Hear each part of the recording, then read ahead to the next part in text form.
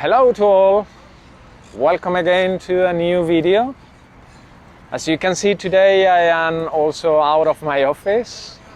I think I will change, I will film more videos outside, and we are in the center of Malaga and in another park, and this is what we call El Parque, which is one of the main avenues in my city, and you have a great park with a lot of different vegetation and tropical plants and very green flowers. So I highly recommend you, if you come to Malaga, to visit our parque, because it's a very nice area to walk.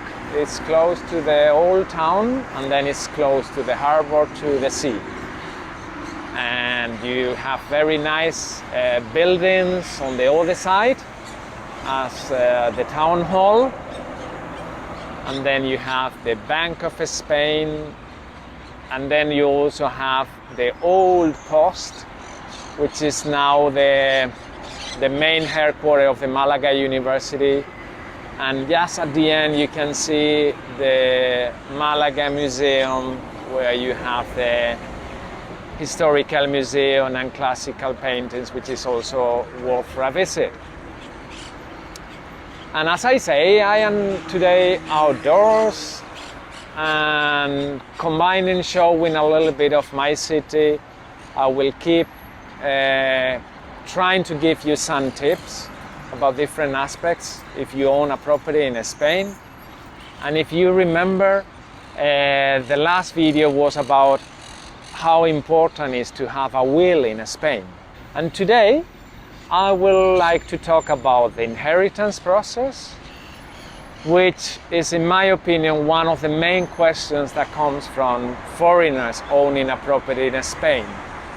Because of course we never want to talk about these things because it's not nice, but on the other hand it is important to have them in mind and to know a little bit if you can make things that can be or at least help your heirs in the future. But the inheritance process in Spain, if I think about my clients, about foreign people living in Spain, what it is always limited to the assets located in Spain. We will not include the assets that are owned in your country. So it will be just for your house or for your apartment, and maybe you have a bank position, like a current account, and maybe you have a car. So these are the main three assets that we normally include in an inheritance in Spain. One of the most important points when we talk about inheritance is the tax to pay. And you must know that when the inheritance is between parents and children, it is inheritance tax free in most of the regions in Spain. And when I say about regions, it's because you know that Spain is divided in 17 different regions, and this is one of the crazy things of my country. All of them have different regulations. And the inheritance tax is ruled by different regulations depending on the region. So as you know, I live in Malaga, so we talk about Andalusia region, where Malaga is located, Costa del Sol, and in our region, the inheritance tax is free when we talk between spouses, man, the husband and the wife, or vice versa, and the parents and the children. So in those cases, it's inheritance tax free. Nearly 1 million euros per heir is inheritance tax free. If we talk about values that are higher than that, then the tax will play an important role. But if we talk about a normal level of value inherited, it is tax free. Then, apart from the tax, you must also consider that it is involved different costs. Why? Because when someone dies, the heirs must formalize an inheritance document at the notary in Spain, and that generates different legal costs, like the notary, and also if the inheritance deed has to be registered into the property registry, also the property registry cost. Together with that, when we talk about a house, a property, there is the local tax called plusvalia, which is also considered when we sell a property. In this case, it's not a sale, it's a transmission by inheritance. So it's the same tax, which is based on the tax value of a property. So I cannot give you an estimate how much it can be, because it will be based on the tax value of each property. But it's easy to estimate when you have the tax value. So just to remind you, the cost that you have, in most cases inheritance tax is free, local tax plusvalia, which I cannot tell you how much it is, but it's easy to estimate, and then notary fees, property registry fees, and legal fees of your lawyer or tax advisory firm. That can be around these three costs together, we could say like 3,000 euros, 4,000 euros maximum. So these are the costs that you have. So imagine that when you think about inheritance, please be aware that your heirs will have costs in Spain. Regarding documentation that your heirs must have prepared, first of all will be the will that I told you. If there is a will, it will facilitate.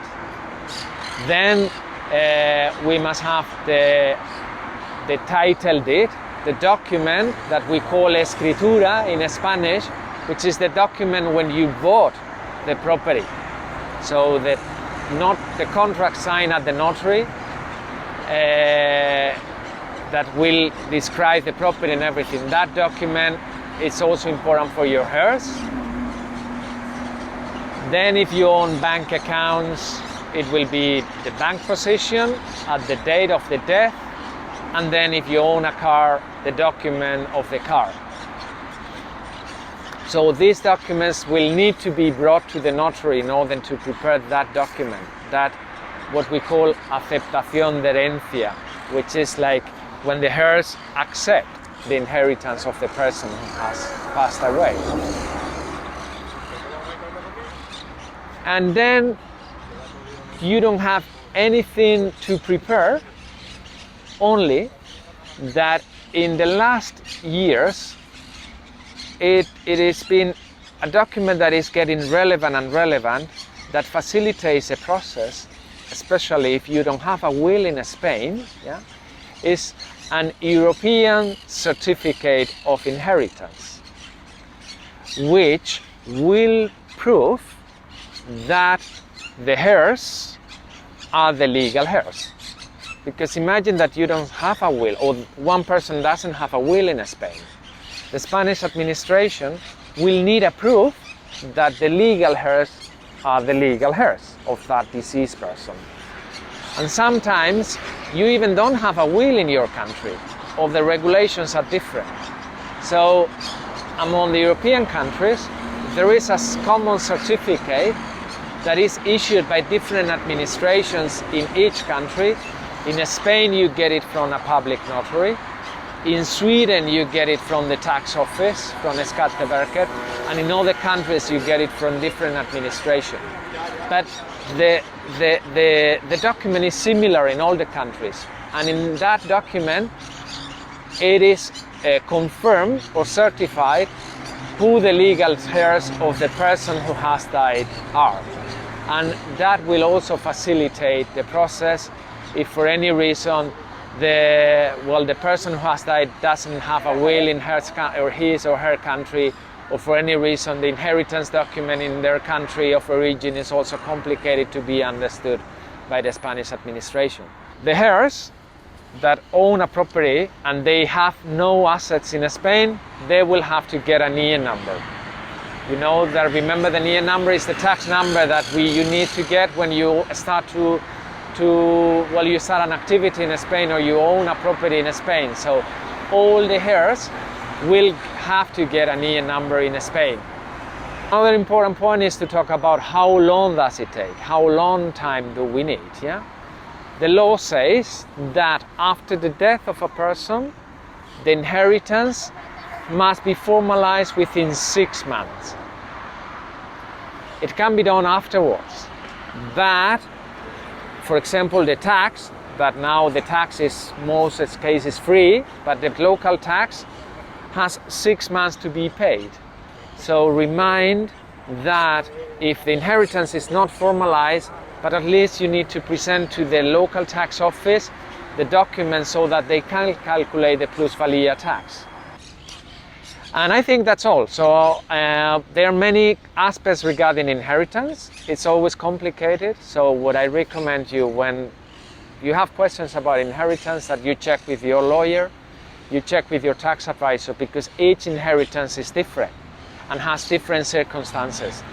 So thank you for listening to my video today. I hope it has helped you a little bit. And as I always say, any question, any comment, feel free to send it and I will be glad to answer it.